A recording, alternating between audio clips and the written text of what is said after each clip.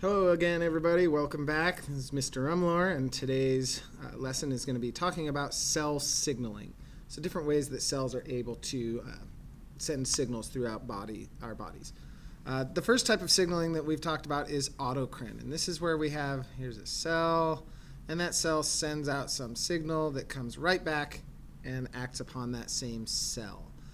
The next type that we talked about is juxtacrine signaling, where we've got two cells that are physically touching, and one of those cells directly sends that signal to his neighbor. The third is what we call paracrine. These were those local regulators we talked about. This is where you have cells that are relatively close together and they're sending and receiving signals. And then the last is endocrine, which we're typically here talking about hormones. And these are things that are sent over rather large distances. So we've got our signaling cell over here, and it enters the bloodstream and sends that signal, and it kind of goes all the way around and then finally ends up at our target cell somewhere else in the body. So those are the four types of signaling, and now we're going to talk about how that process actually occurs. So the process always begins with a signal. That's the first piece of this puzzle, and then that signal, we're generally talking about something called a ligand. And this is a general term for any sort of chemical signal. And then for our signal to be able to do anything, we need to have a receptor. And one thing I want you to notice here is look at the shape of this signal compared to the shape of the receptor. These receptors are very specific to the ligand that they receive. And so what will happen is that ligand travels through the bloodstream, makes its way to the receptor, and now it binds together and causes a response. So you'll see here that there's kind of this little spark here happening, indicating that there is some sort of response. And that response can take on many different forms. In this example, we've got maybe an enzyme right here, and that enzyme is inactive, so it's not doing anything. And then once this signal is received, that signal is then sent down through the cell, ultimately making it to this enzyme. And notice here that its shape has changed. So now it's going to be in its active form. And this could have a couple different things. We could have more short-term changes. So this would be things like cell movement or enzyme activity, or you could have more long-term. And so we could have changes in how DNA transcription is taking place, or some other more longer acting change to the cell. But this is the general order of how things happen. We have a signal that's sent by one type of cell, it's received at another cell using a receptor, and it generates some sort of response by that target cell. All right, so what we've been talking about mainly right now are membrane receptors. These are for things that are either large or polar, so things that can't just easily cross that lipid bilayer. We also have what are called intracellular receptors, though, where here's our cell, and maybe there's a little receptor inside of there, and we've got our ligand that's outside, and it comes straight through and binds to that receptor. So this would mainly be for non-polar ligands, things that are able to very easily get across that membrane. We also have ion channels, which, just like the name implies, are channels that open and close to allow ions to diffuse in and out of the cell. The two main types of receptors that we're going to talk about are protein kinase receptors and G-protein linked receptors. So let's start by taking a look first at protein kinase receptors. So the way that these receptors work, this particular example that we're looking at here, this is a receptor for insulin. And so insulin is represented by these two little blue dots that I just colored red, and they're going to bind with these protein kinase receptors. And you'll notice there's two pieces to this receptor. When that ligand binds, it's going to cause a conformational change, and now these two pieces come together, and you'll see these little yellow dots down here. These are phosphate groups. So this receptor has now been phosphorylated. And generally speaking, when things are phosphorylated, that means that they're being activated, they're being switched on, they're being energized. And anytime you see the term kinase, these are enzymes that lead to the phosphorylation of something else. And so what happens here is our ligand is received, our kinase receptor is activated, it gets phosphorylated, and then these phosphate groups can then be used to activate some other compound. So this may be some protein that's in the cell or an enzyme that's in its inactive form. It gets phosphorylated and now it's activated and it can generate multiple response. So the thing here with protein kinase receptors is one single ligand can generate up to 10 different responses. So it allows for a lot of variation in those signals that are being sent by that ligand.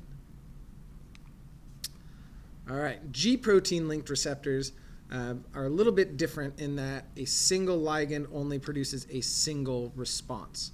But the way these work is kind of a three-step process. So again, here we've got our ligand, and here we've got our receptor. And then this green guy here, this is our G protein, and it's inactive right now. And what it's got attached to it is GDP. This is very similar to, we're familiar with ATP, and when it gives up its energy, it becomes ADP. GDP is a very similar compound, but instead of adenosine diphosphate, it's guanosine diphosphate. And so what happens is when that ligand binds to the receptor, now that GDP is displaced by GTP, which is the active form, and as these little stars here are indicating, now our G protein is active. So we've activated that, and now it's ready to do its job. And that job is to actually, a small piece of that physically moves over and binds to, this is what we call an effector protein, and that effector then stimulates some sort of response within the cell. So if we kind of go backwards here, again, we've got our ligand that's binding to our chemical receptor, that once the binding occurs, GTP activates our G protein, which then moves across to our effector protein and sends the signal. The third type of chemical receptors are our intracellular receptors.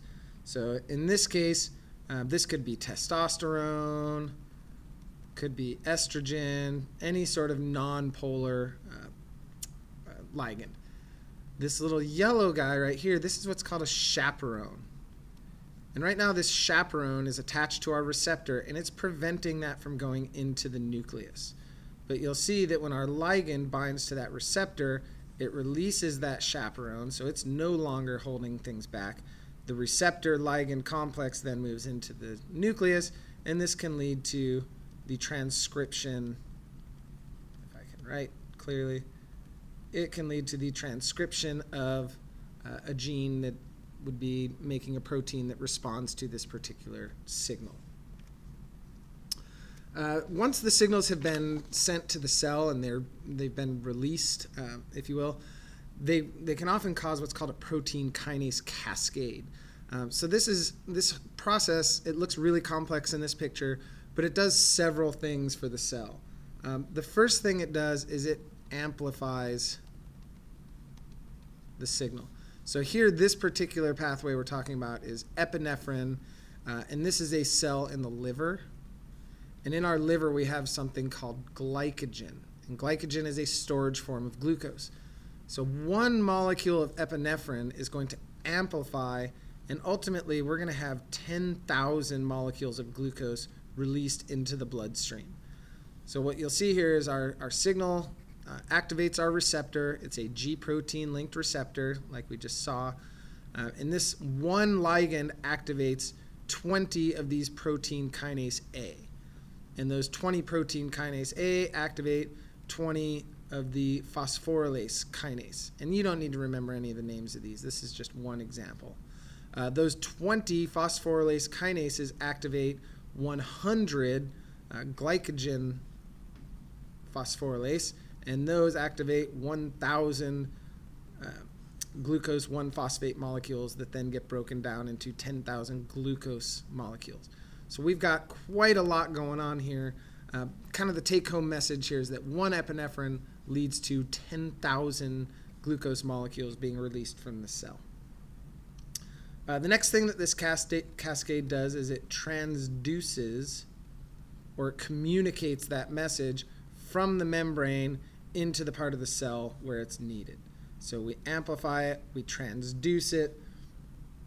The number of steps that occur that this cascade occurs in leads to a certain specificity. So all these little intermediates kind of make sure that the response that's generated here is very specific to the signal that's being sent. And then having different targets can also provide variation in response. So we have specific targets for these signals, but they can have a varied response. And so with epinephrine especially, different tissues actually receive different or produce different responses to that particular signal. The next thing I want to talk about are something called second messengers. And these you don't need to memorize. You should just recognize, if you see them, that these are secondary messengers. So things like cyclic AMP is an example of a secondary messenger. PIP2, which is phosphatidyl inositol biphosphate, very long name. DAG is diacylglycerol. IP3 is inositol triphosphate. These are all non-protein chemicals that are used to amplify or continue a signal transduction pathway. To give you an example, again, this is a specific example you don't need to memorize, but it should help illustrate what's going on here. In this case, we've got a hormone that's been received by its receptor, and when the G protein activates this effector cell, it takes PIP2, which is a type of phospholipid, and it breaks it down into IP3 and diacylglycerol. And the IP3 is used to open an ion-gated channel inside of the cell that releases calcium ions, and they, along with this diacylglycerol, activate this effector protein that leads to responses in the cell. So the secondary messengers are just links in the chain that go from the reception of our chemical ligand to whatever the response was generated by that cell. And some examples of responses that cells are going to have when they receive these ligands, they could open ion channels.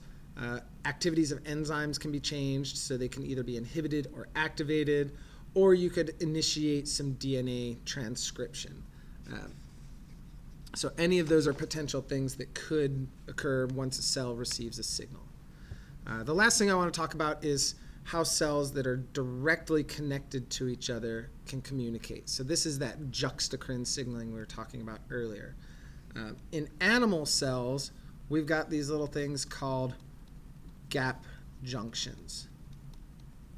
And these are actually little tubes that connect one cell. So here's cell number 1, and here's cell number 2.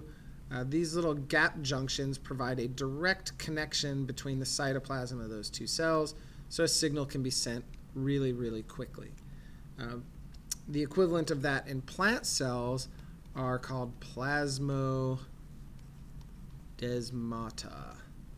And so here, this is the cell membrane, and then this yellow part is the cell wall in a plant cell.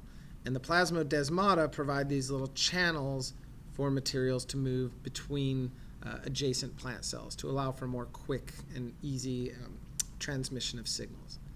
So that's it for today. That's the cell-to-cell communication, and hopefully this helps.